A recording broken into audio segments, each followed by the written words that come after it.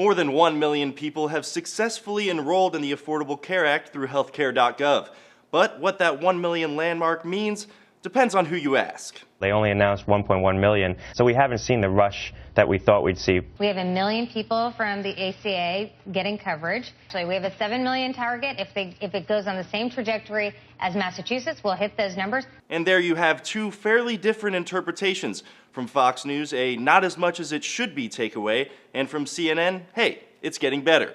And technically, it is. In October, only 27,000 people were able to successfully sign up for the law online.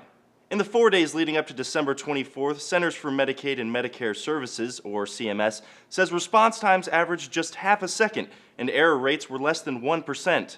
CMS announced that more than 975,000 people signed up in the month of December, with 83,000 users enrolling in the program on December 23rd alone. The 23rd was the first coverage deadline for the law, but due to the heavy surge of visitors on the site, the administration extended it another day. But The Wire's Connor Simpson writes, the odds of this going smoothly are slim. A late enrollment surge could pose a problem in terms of properly setting up 1.1 million people to begin their coverage by January 1st. CBS interviewed one woman who signed up before the deadline but hadn't gotten a notice confirming her enrollment had been successful. What if a need comes up? What if January 2nd I have an injury and I have to go to the hospital?